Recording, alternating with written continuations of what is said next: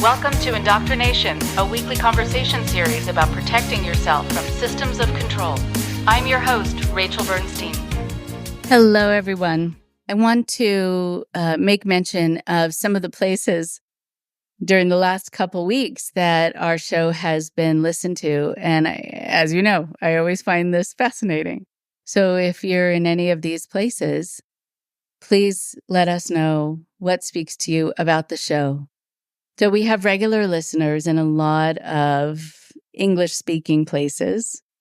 The, United States, UK, Australia, Canada, and the like. But we also, over the last 2 or 3 weeks, had a lot of listeners in Sweden, Brazil, the Netherlands, and Norway, and Ireland, as well as Chile, the Czech Republic, and Mexico. So I find this all fascinating. So please be in touch.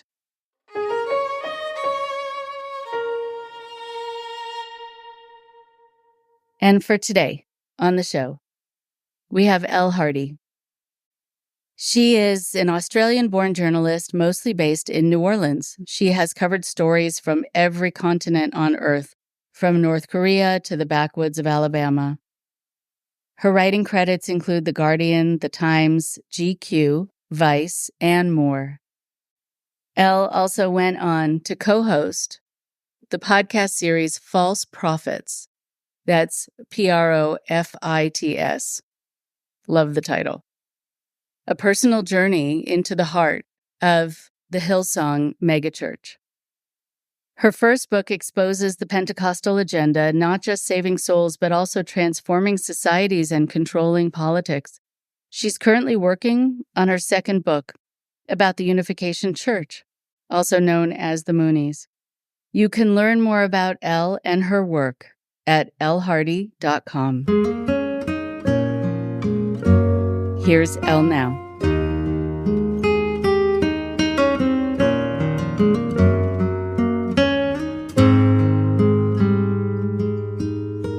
I am so happy to be speaking with Elle Hardy today. It is an interview that I have definitely been waiting for. There's so many subjects I want to be able to cover, especially surveillance. Also, being able to speak about your podcast and your latest book, Beyond Belief, which is actually the name of one of my favorite Elvis Costello songs. Just as an aside, having nothing to do with it, but that's what I think of. Anyway, so it's lovely to have you on. If you don't mind taking a moment, just to introduce yourself. Sure. Well, it's great to be here. My name is Elle Hardy. I am an Australian-born, US-based journalist and author. I mostly write about the religious right and Christian movements in the United States and all around the world. Okay, so let the listeners know a little bit about what brings you to being interested in this subject and not only just interested in it, but really kind of opening our eyes to things that are happening that are sometimes overt, but mainly covert, that are sort of these movements, these trends that are being introduced to our society without our knowledge to a great degree. So what brings your interest here? It's quite a long story, so I'll give the short version. I wrote about it initially. I did a story in 2008. That was the genesis of my book on the global Pentecostal movement.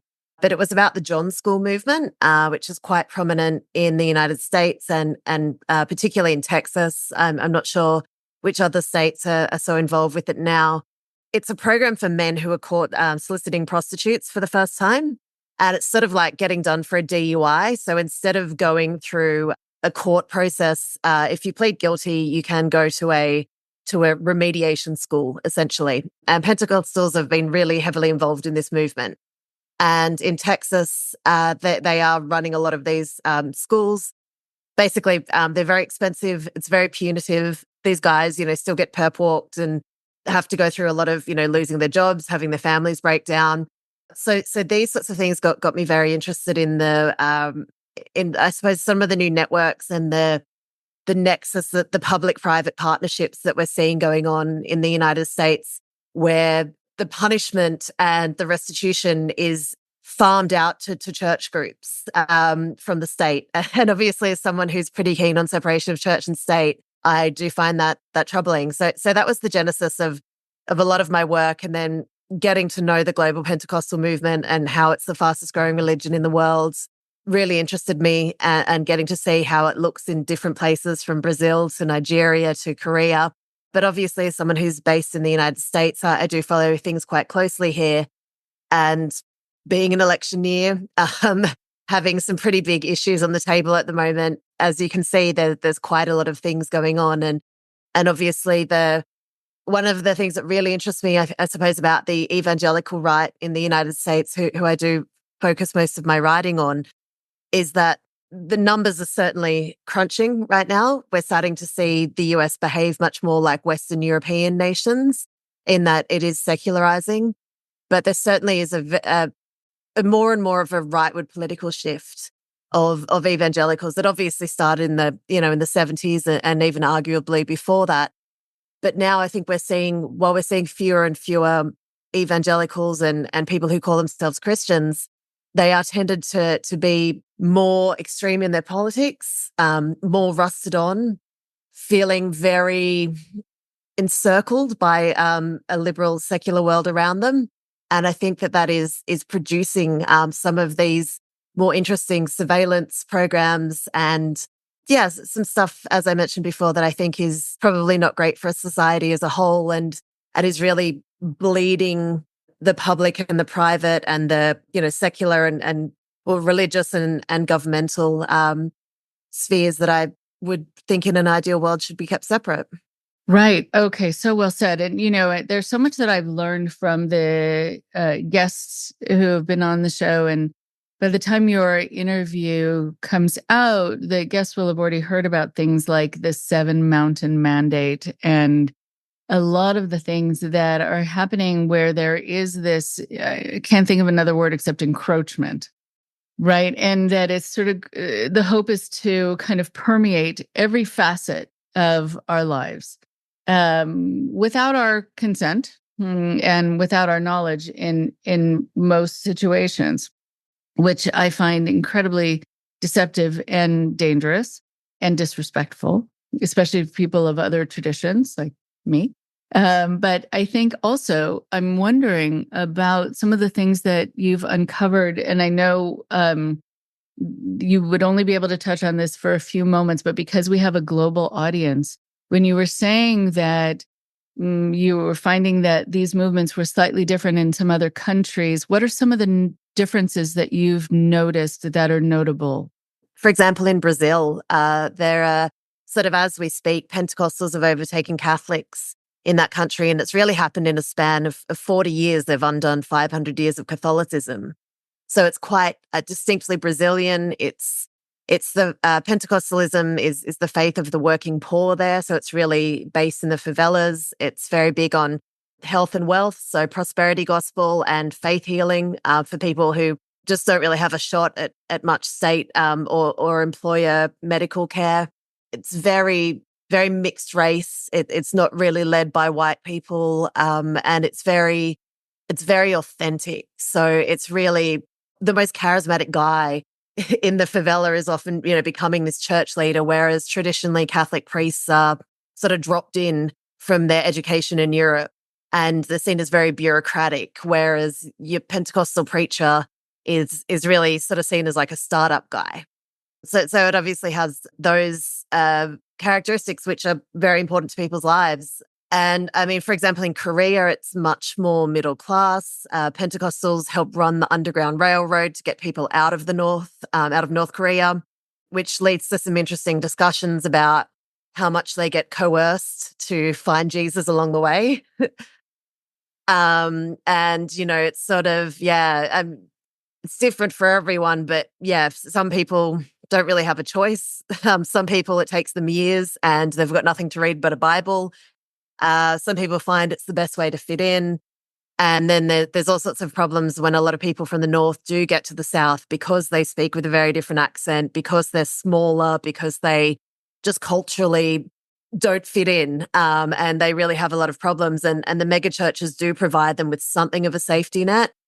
But there is an expression called showing your face, where you have to show up to the mega churches every Sunday and sort of say, hey, yeah, we're here. We're those, we're refugees from the north. Your church is blessed with us and you've given us new life. And yeah, you can imagine sort of spiritually and emotionally, that's something that isn't great for already traumatized people. Certainly not. Yeah, that idea that along the way people are going to be preached to and or converted is it's so problematic. And it happens so often when people are in those periods of transition or are transitory in some way. A lot of these groups, find themselves in the prison system and hospitals and counseling centers and help, quote unquote, helping people who are having a hard time. But that wasn't what they signed up for. They were just trying to get some freedom and sometimes get ensnared along the way. I have that also. It's a bit problematic in my field with some people who want to be able to work with me, who have an organization where they are trying to save people from situations where they're being controlled, but they have an agenda, and it feels like, out of the frying pan into the fire. And so I try to distance myself from people who have the real answer, for them, whatever that is, according to them. So, right. How interesting. So I'm wondering, there's this part, I want to be able to talk about surveillance. I also want to be able to talk about nuns. And so let's first talk about the nuns, the movement towards the right and what you're noticing. Sure. So in the United States, as I mentioned earlier, that evangelicals have been moving to the right for quite some time, really since the Reagan election. But Catholics are really starting to move in that direction as well. We've seen quite a number of extremist priests and nuns in the United States effectively be sort of excommunicated from the Catholic Church for various things they've done, usually around Latin Mass and not adhering to certain doctrines laid down by the Pope. And we should say that Pope Francis is seen by a lot of very right-wing Catholics as, he's an out-and-out socialist, and he's viewed as essentially heretical by some factions of the church. And that's why at the moment we're seeing this real political split in the church about things like Latin Mass, because it is, well, it's obviously important to some conservatives, and the more liberal wing of the church has their reason for not wanting to have Latin Mass anymore. I think it's sort of a proxy for the bigger political split that's going on. And so, yeah, within Catholics in the United States, I think that some of these figures, while they've sort of become almost larger than life and a little bit cartoonish in the way that they sort of become the villains. Most famously, there was a Nuns for Trump movement who aren't actually recognized by the Vatican as ordained nuns, but they would turn up at Trump rallies in 2016 and 2020 and hold up all sorts of signs. And they really are essentially an anti-liberal movement who are very, very opposed to abortion, but also, socialism. they're firmly nailed to the mast that that's what they disagree with. And the recent story I did for Unheard about them was that they are sort of representative of a rightward swing of Catholics in the United States. And particularly within that cohort, we're seeing Hispanic Catholics who have traditionally been far more liberal and far more in the Democrat voting tent are moving to the right as well. Very interesting. I'm noticing also, with Amy Coney Barrett, there is this, there's a discomfort that a lot of people who I talk to who are in like my former cult member support group, that's every other week, they're very uncomfortable with having someone who was involved in a group that was quite conservative being a Supreme Court justice. And in fact, someone who I spoke with who in the support group who was a member of the same group where Supreme Court Justice Barrett was actually, her title in the group was Handmaid, which is chilling with Handmaid's Tale. But she said that she could, she was familiar with her countenance, with her cadence, with the language she used. It's like she was bringing that group into the Supreme Court Justice role and the Supreme Court in general. And just that, what felt like infiltration was really unsettling. And it has been unsettling for a lot of people in a lot of different realms. And so not only is there this worry about infiltration, but just also about being sought out, being found out, just not being safe. And so I want to ask you about surveillance. I want to ask you about what you found out about, because when I read an article about that, I found that so chilling. And so tell me what you found out and what's happening on that front. Sure. So this is within evangelical circles in the United States, particularly Baptist groups in my research. So there's an app called Bless Every Home, and it's backed by a former Southern Baptist Convention leader, and also GLOO, GLOO, which is a big. They don't like it when I say this. I get emails from their PR people, but they're essentially a Christian data harvesting firm that has been behind a lot of data harvesting programs within church apps. Some suggestions, I think, that they had some connections with Cambridge Analytica and some of that stuff, which really helped the Trump campaign in 2016, and just getting information of people who are, probably with quite a lot of goodwill, and entering their information into apps and entering information of their neighbors and things like that. So basically, it has money and organization behind it. But what they do is they help people track neighborhoods, and you can go down, zoom into house level. And this is for just, traditional door-to-door evangelism in theory, which, look, it's fine. It's a bit annoying. No, people only really want the Amazon deliveries to come to the door and nothing else, right? But obviously the capacity for the ability to track information in this app, also the level of data that they're getting from people. They will say that it's all public information, but that is something of a sleight of hand, because this is often very high level marketing data that's only available to corporations if they pay. So it gives things like, names when they move to the address, and then it breaks down further. So it combines, I think, 10 different data sources. So then you've got census data, so it'll have people's faith, and sometimes even things such as their country of origin. And what this app and some of the groups that use it suggests that their users do with it is pull up lists of people. So you can, for example, I found a group called Global Gates who were using the app in the Houston suburbs, and they had a training video that was leaked to me, and they were talking about just drawing up lists through the data repository on this app. And so you'd find pulling up people of Nigerian heritage or of Muslim faith in the area, and working out how you can go door to door knocking, or you can go and leave them a Bible, or one suggestion was just have a barbecue to welcome new people to the neighborhood. Again, that's quite a nice neighborly thing to do, but as you were mentioning earlier, when there is an element of coercion that comes after that, it's not the nicest thing. Then there's also some concerns with this app. They suggested you can use the individual notes function in the app, so on a house level, to put notes in, such as, their daughter's recently left for college.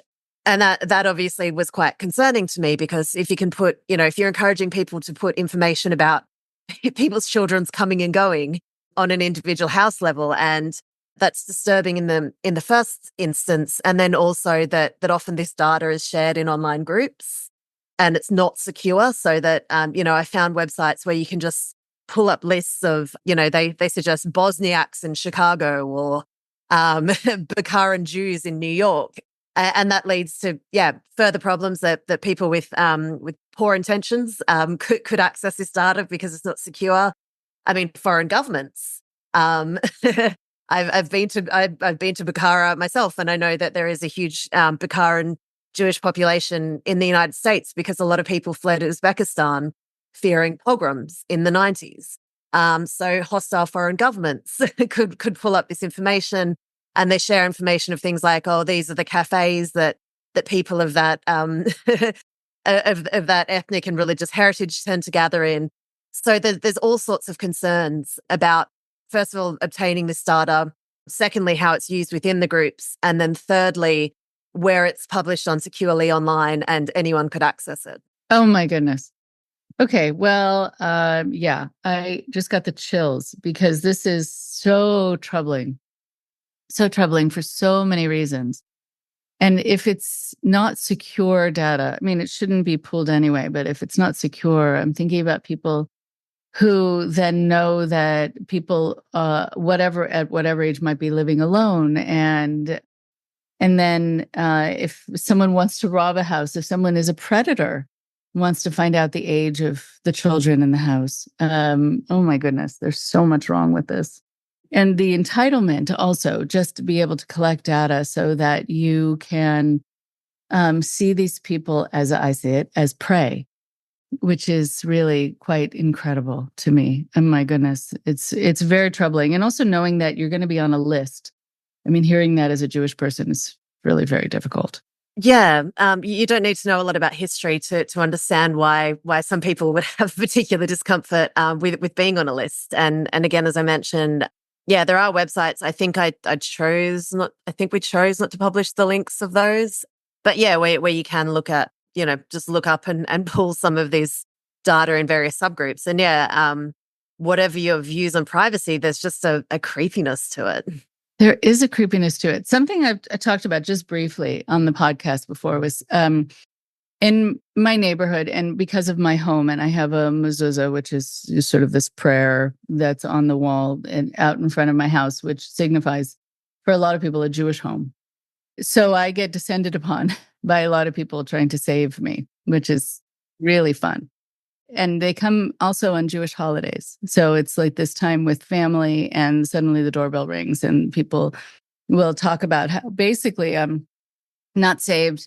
We're incomplete the way we are. We need to be kind of completed Jews, and we need to think about our safety forever, etc. But the whole idea of someone descending on your house already makes you feel unsafe. But I don't know if they have that awareness that is actually what they're doing. But during COVID, I got what I think he thought was a lovely text message on my cell phone from my local Jehovah's Witness representative. I didn't know I had one, and I also didn't know he knew my cell phone number. And he said, normally I would go door to door, but because of COVID, we're trying to be respectful.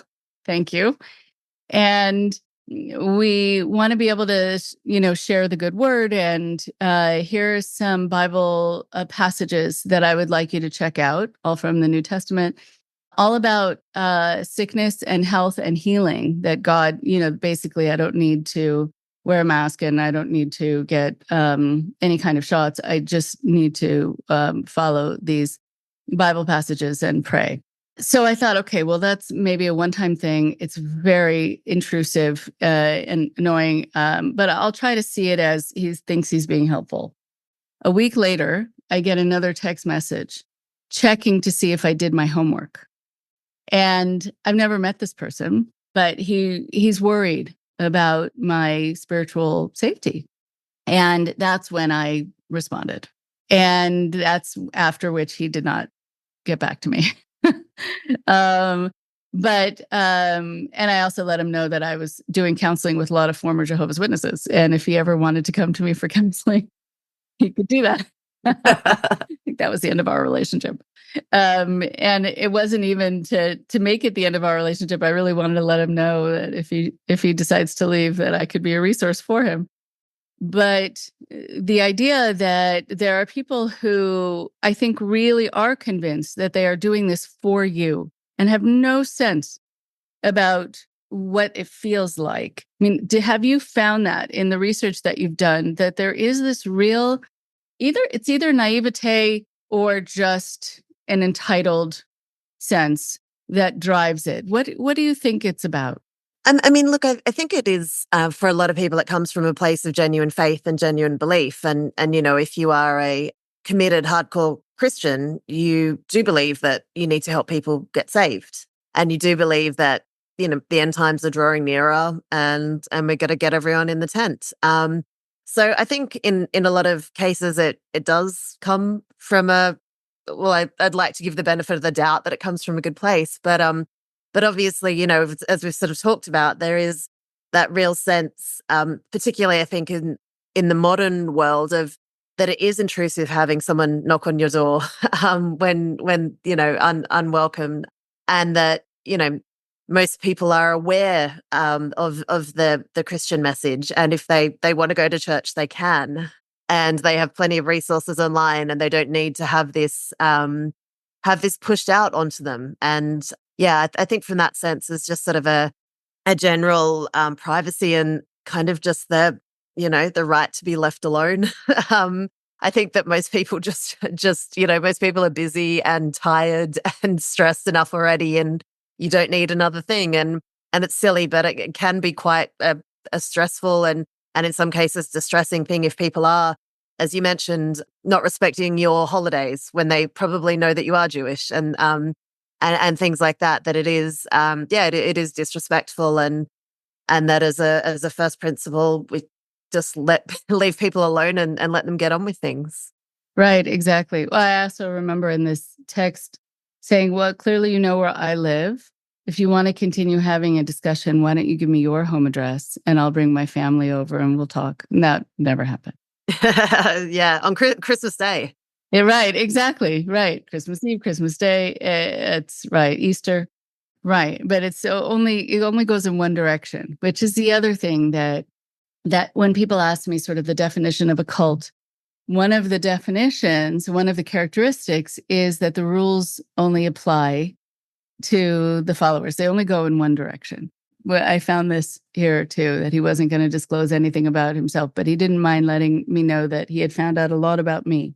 So now that you've uncovered this and have made it public, what can be done? I mean, now when part of the frustration, I'm sure, is that there are these protections that a lot of these organizations have. And is there anything that can be done to ensure more safety? Yeah, I mean, look, that is a great question. And I think this is just way bigger than the particular issues that we're speaking about here. I mean, everyone is familiar with scam likely calls coming up how many times a day. At the moment, I'm constantly getting texts about, from unknown numbers, do you want remote work? There's a new scam going on every week. I think, most people, like myself, with sort of older parents, I'm really worried that they're not going to have the digital literacy to know some of this stuff. So, and also, younger people falling prey to these things. So I think that it's a much bigger privacy, and particularly sort of digital privacy issue, and just on a personal opinion level, I think it'd be better dealt with in that way rather than specifically looking at these religious groups. And I mean, just with the American Constitution being the way it is, you probably would have to look at it more holistically. But yeah, I mean, in the immediate term, I don't believe that there's anything, that could be done, for example, to stop an app like Bless Every Home. The data is legal. Like I said, it's commercial. I mean, I think some of this marketing data, which they clearly get, a lot of that stuff is fairly, there's some fairly pernicious stuff with that. I don't know if you ever saw that article. It might have been 5 or 8 years ago about how Target knew that this teenage girl was pregnant before her parents did because of her shopping habits and things like that had changed. And they started sending her specifically targeted marketing for an expectant mother. And her parents got upset and they sort of wound up, trying to work out why they were getting all this material. And then it turned out that she was pregnant. So when you think about that, and that stuff is legal, right? Is it morally right? I think you and I would argue it's not. And no doubt the girl's parents as well.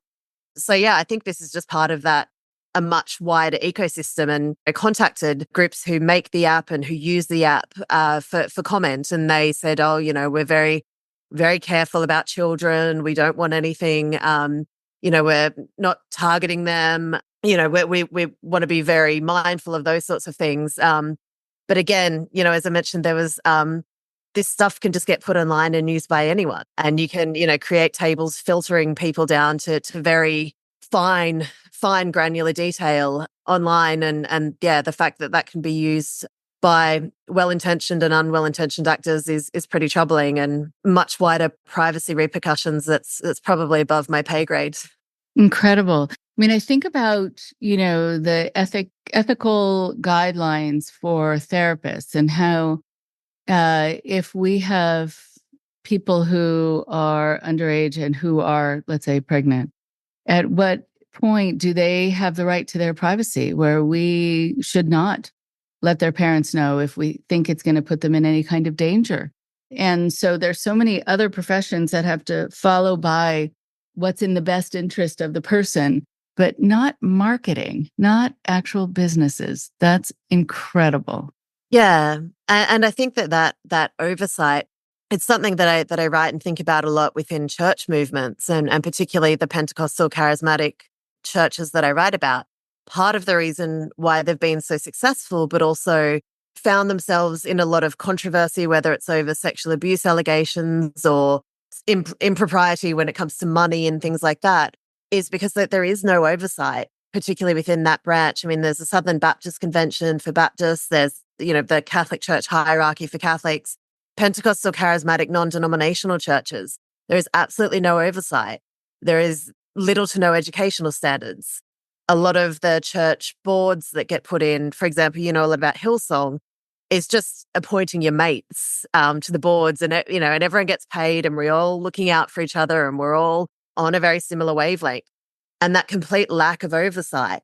And obviously, again, with the American Constitution, there's no way that you could have something that you say have in the medical field, sort of a board and people signing up to codes of ethics and having those sorts of things reviewed. But I think it's certainly something that within a lot of these church movements, I would hope that there becomes more of a movement for that oversight, and particularly when it comes to sexual abuse allegations. We're just seeing almost daily at the moment from quite prominent mega churches down to obviously, very, very small local churches, is that, the thing that people always thought was the Catholic disease for a very long time of clergy that weren't able to marry or engage in sexual activity were abusing children. And it's clearly just very much a power and authority thing, because we're seeing it come out constantly in churches now, in evangelical churches. And I am hoping that because it's really a crisis point now, that there might be some sort of grassroots movement within those churches to have better oversight, because,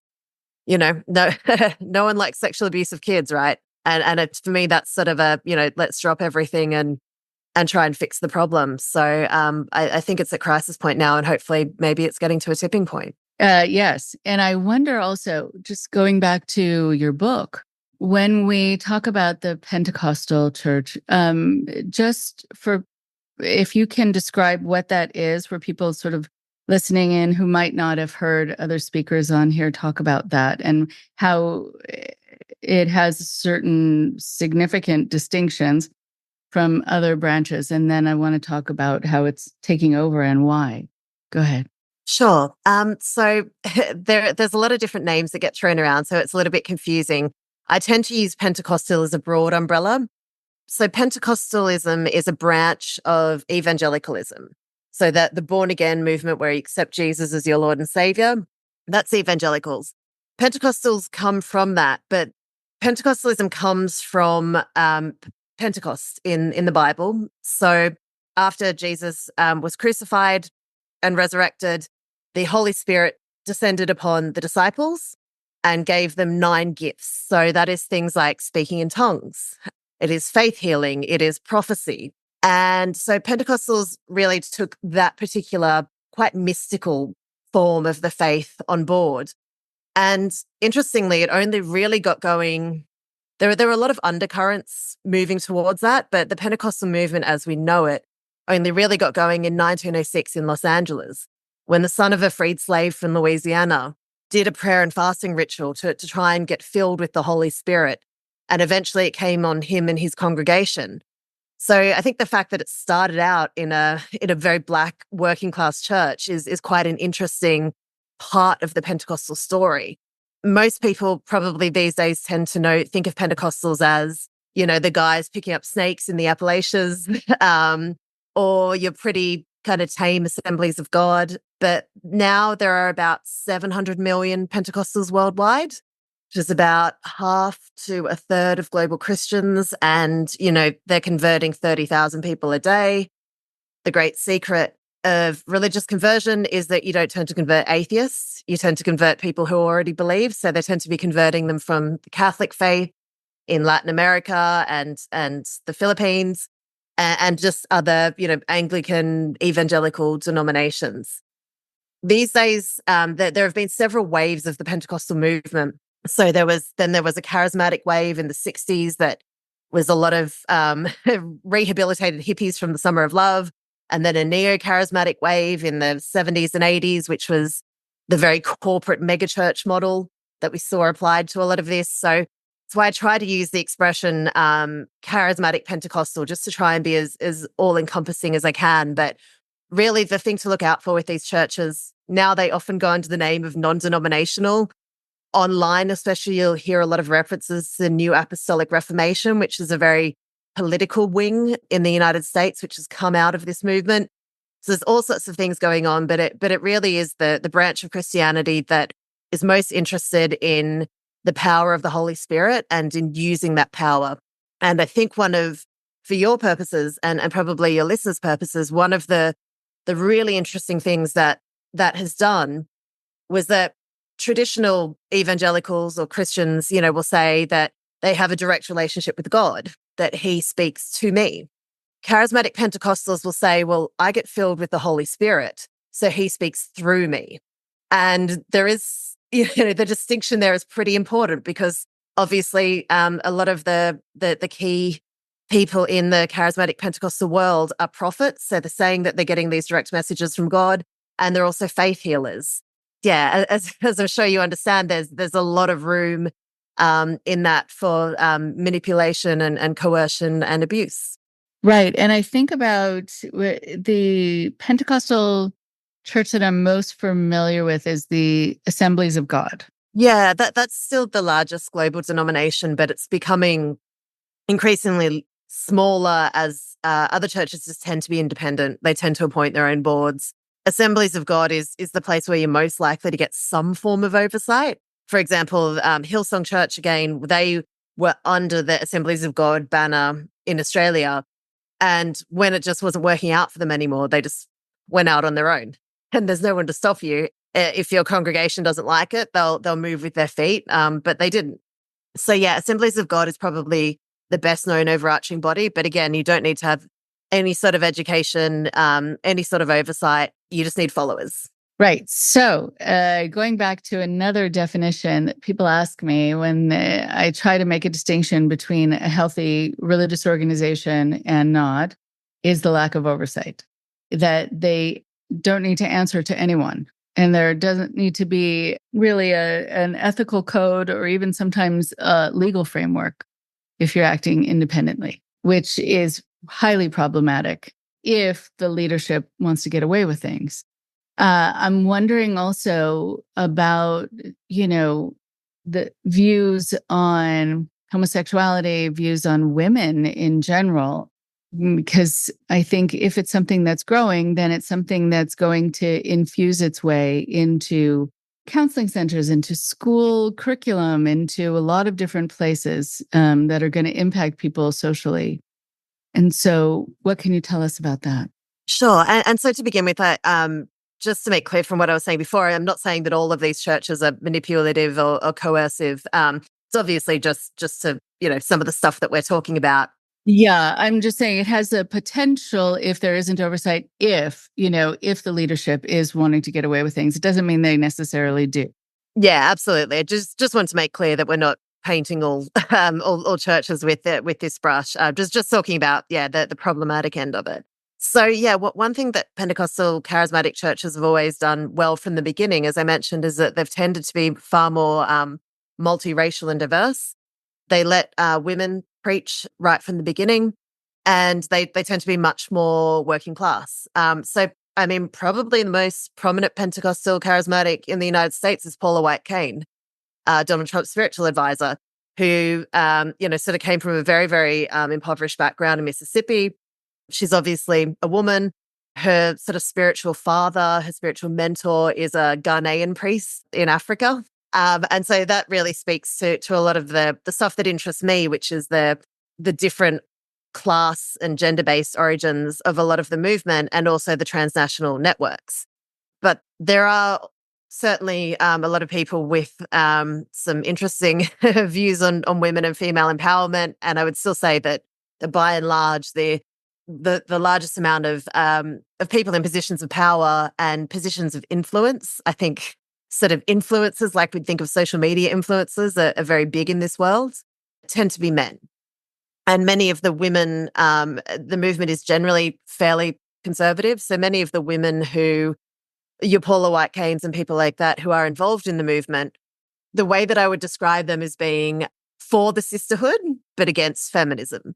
So traditional, they see feminism as a liberal secular movement, and probably rightly so. But they're very, very big on female empowerment. They're very, very big on, sisters helping sisters and having church groups talking about raising your kids and all that kind of stuff. And certainly anecdotally, and I think there is a little bit of data, but it's pretty clear when you go to churches. I've been to these kind of churches in rural Guatemala and big city Lagos in Nigeria. And if there's a dominant demographic in these churches, it is young women with young kids. And often that sort of speaks to a wider societal issue that they're not getting childcare or they're not getting support, or that, men are, their husbands have left, or they're busy working, or they quite often, having problems with drink and gambling and things like that. And that's what people tend to seek help for, often these very earthly problems in these churches. Right. Very interesting. I've studied social contagion in a lot of these groups, just in terms of how they practice, not just Pentecostal movement, but many. And one of the things I remember when I was teaching a class about this to high school students, we talked about speaking in tongues. While I think some people do feel that they are communing with the Spirit, and there are a number of other people who have talked to me who said, I don't know what I was saying, I don't know what I was doing, but everyone else was doing it. And I knew that I was going to get a lot of praise for doing it. And I also didn't want to feel left out. I didn't want to be the only one. And so there is this level of social contagion that is part of some of these traditions, but also there are a number of people who said, this is not to make fun of it in any way, but I had to take a break. I was there all day, or I was there throughout the night, and I just faked it just to be able to get to go and lay down or have lunch or whatever else. There are a number of things that people do, I think, across the board in religious environments where they want to fit in. They want to be a part of what's happening. And when you have these kinds of traditions, I think some people just really want to feel that they have community, and they will do things in order to have community. And I see that being very strong in the Pentecostal movement. Yeah, very much so. I mean, yeah, we are, we're social creatures, right? And we do like to conform. An interesting slight tangent on that actually is I recently interviewed an Australian pastor up in Iowa who's quite involved with the Republican movement, and obviously Iowa caucus being the first presidential primary to go, they have quite an outsized influence. And something he said to me really stuck with me. He's got a growing Pentecostal charismatic congregation up there. And obviously, I come to these issues as a, secular liberal person. And we were talking about something, I can't remember exactly what, and he just said to me, some people like being told what to do. And yeah, it is interesting, I think, sometimes to think about it from that perspective. Again, as I mentioned, so many people are busy working several jobs, trying to juggle working from home and taking care of the kids and that. And if someone's coming to you with a package saying, okay, this is the way to live a good life, and this is what you should be doing to be a moral person, this is what you do to fit in with your local community and your local church, I think for some people, just taking that template and applying it to their life is quite a useful thing to do. And it's not necessarily coercive, but I think, some people really are just looking for that, being told, okay, this is the program. And they they find it easier to slot in with it in that way. It's such a good point. Some days when I'm meeting with a lot of different clients, I find, ironically, there is a kind of theme of the day at times where something just comes up over and over. And yesterday, that actually came up with a lot of people who were involved in different kinds of groups or different kinds of relationships where they were told the answer and they were told what to do, and they could just hand that over to someone else. And in retrospect, that person or that group was often wrong, but it didn't matter at the time because it felt so nice just to be anchored to this thing, this sort of the formula to follow, right? That gives you a sense of what to do, and you don't have to think and you don't have to worry, even if it's wrong. Yeah, it's just, it's like on your daily to-do list. If it's just one less thing that you have to think about, and you can just kind of outsource it, some certain moral considerations, or when you're going to do these community activities or whatever. And yeah, again, I think, like I mentioned a few times, I think a lot of the issues as well that we are speaking to is, much bigger, much wider societal and political stuff that can't necessarily be solved by always zeroing in on churches alone.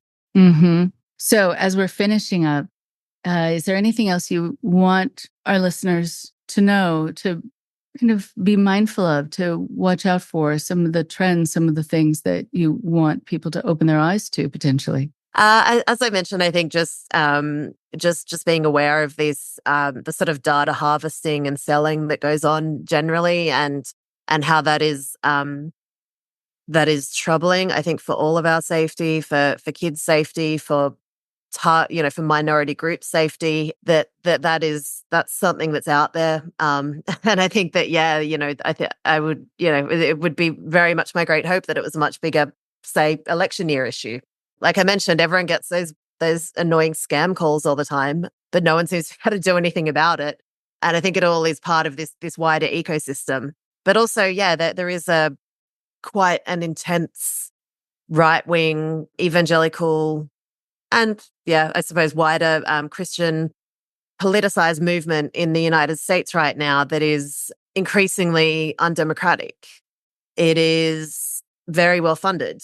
It is very firmly on one side of politics and goes under, various names and guises. But it all comes in to, some of the other stuff you're talking about with the Supreme Court, with the Federalist Society, with groups like the Heritage Foundation. So there really is a very right-wing ecosystem in the United States that is, yeah, increasingly undemocratic, well-funded, aggressive, at times violent. And yeah, there's some really great books out there from people like Ann Nelson called The Council for National Policy. Oh, sorry, her book's called The Shadow Network, about the Council for National Policy, and that all those sorts of groups are certainly talking behind the scenes, and often they are very shadowy, and just is, always good to read more and listen more and find out what's out there, and for all of us to be aware of what's going on and keep our eyes open.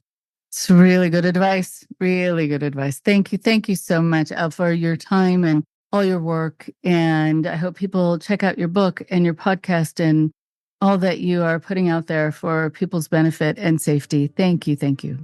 Thank you for having me. Hope that we can do it again. Lovely. I would love that.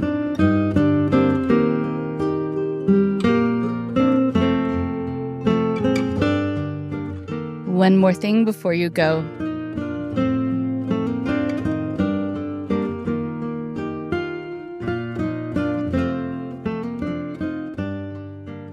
My goodness, there's so much to cover in this outro that it's hard to just pick one subject to get into. Elle Hardy has a way of covering a lot of really important subjects. And it is really quite amazing how so many people have come on the show recently to talk about how there is such an increase in a religious movement in the United States and around the world that is going against having a democratic society. And I never thought that would happen. You figure that if a country is based on certain principles, it's going to remain that way. I know that's unfortunately naive. I know that hasn't happened in a lot of places around the world where suddenly there was a new regime. But then you can see how much things change. And not only do they change for the men, but usually, more often, they change for the worse for the women. There was a photo I saw years ago of places that had religious leaders take over. And there were pictures of the women dressed in pants, shorts, whatever they wanted to wear. And then however long it was from the time that that picture was taken, whether it was a 10-year time lapse, 15-year, maybe 20-year, all the women looked the same then in the after photos. They were all covered from head to toe. You couldn't see their faces. You couldn't see their bodies. They had no way of showing who they were. In fact, I wonder how frightening it is for children in those situations to just see a sea of cloaks and not know who your mother is, not know who your big sister is, not know who you're supposed to go to for safety. It is something that I am bringing to people's attention as much as I can because it's frightening. It's frightening how much it's happening and how much things are happening behind the scenes. And it was so important to have Elle come on to talk about the surveillance, the data harvesting and selling of information. One of the things that I want to get back to that she was talking about, and it's a really good and important phrase, is this idea of outsourcing the answer and outsourcing having the answer. We do that a lot in our own lives. We rely on others to have the answer. We rely on our teachers, on our clergy, on our parents, on our big siblings at times, on our bosses, on our partners if that's part of our relationship. And then there can be a kind of atrophy that sets in where you think that's what you always need to do. You have to defer to the other to know what to do, to know what's right or wrong, to know what the answer is. I was working with a couple many years ago where they were a married couple and they started leaning on someone who was sort of posing as a guru, as a life coach. And they were, as Elle says, outsourcing, having the answer to this other man. And as we find with a lot of people who are more than happy to have the answer for you for everything, they're usually wrong. But they've also set it up so that you're not supposed to ever disagree. And if they guide you inappropriately, or they just flat out misguide you in every way, and then things fall apart in your life, well, that's somehow all back on you. As we've talked about here on the show, it's because you didn't listen carefully enough to what they were saying, or you weren't feeling it in your heart, or whatever the excuses. They can kind of walk away feeling like they don't have to take responsibility for really misguiding you. When the couple came to me after realizing that they had given over so much decision-making power to this coach, and they wanted to be able to get it back, one of the frustrations that this wife had was that her husband wasn't a strong man, as she said. Not quite sure what that means, but in her eyes, he wasn't a strong man. I think it's because he wasn't willing to just come out with an answer when he wasn't absolutely sure it was right.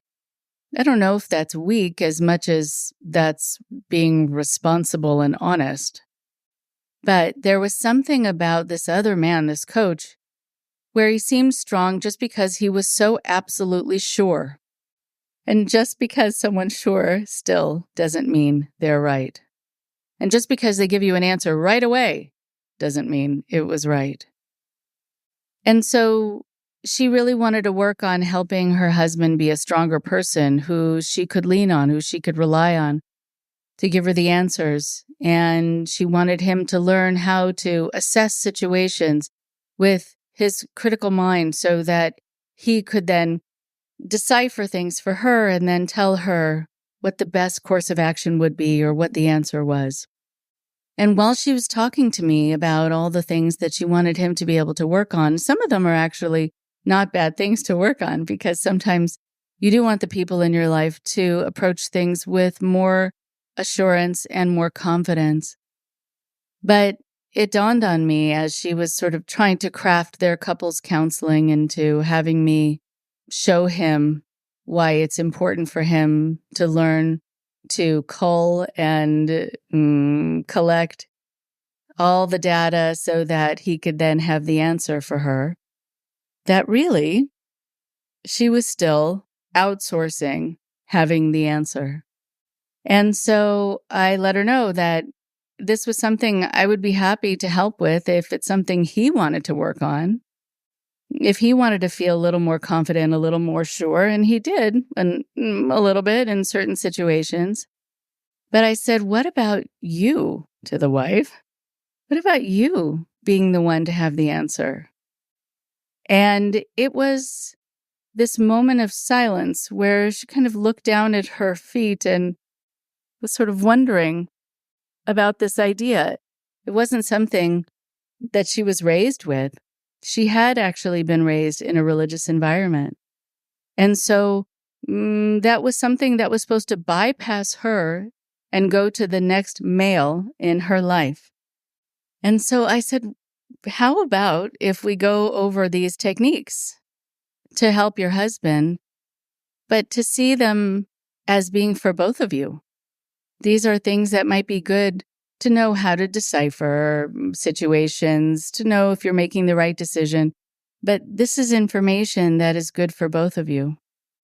And maybe you want to get in the habit of seeing if you can answer a question for yourself first before you outsource it. And so that began kind of her way of having the torch handed back to her. It was very uncomfortable. Making decisions felt wrong.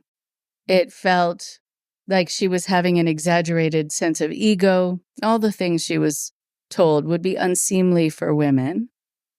But then she kind of started liking it. And it turns out that sometimes she had really good instincts about things.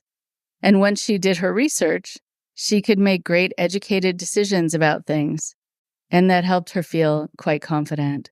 But she had to push away the talk that she had integrated inside about how this was wrong of her to be so overly confident that she was right and that she probably wouldn't be right even if she thought she was. I mean, there's so much that people walk around with that undercuts their ability to really feel sure and strong and capable. So, Elle, thank you. Thank you for coming on today to talk about all the things that you have been researching, the things that you've uncovered, and some really wonderful ideas that are great takeaways from today's conversation. Take care, everyone. Talk to you next week. Thank you very much for listening. Please support IndoctriNation on Patreon at patreon.com/indoctrination. Be sure to give us a follow on our social media. Find us on Facebook and Instagram using @IndoctriNation Podcast. And for Twitter, find us at @_indoctrination. We love hearing from you too. So send us an email at indoctrinationshow@gmail.com. And for more updates on the show, visit our website at www.podpage.com/indoctrination.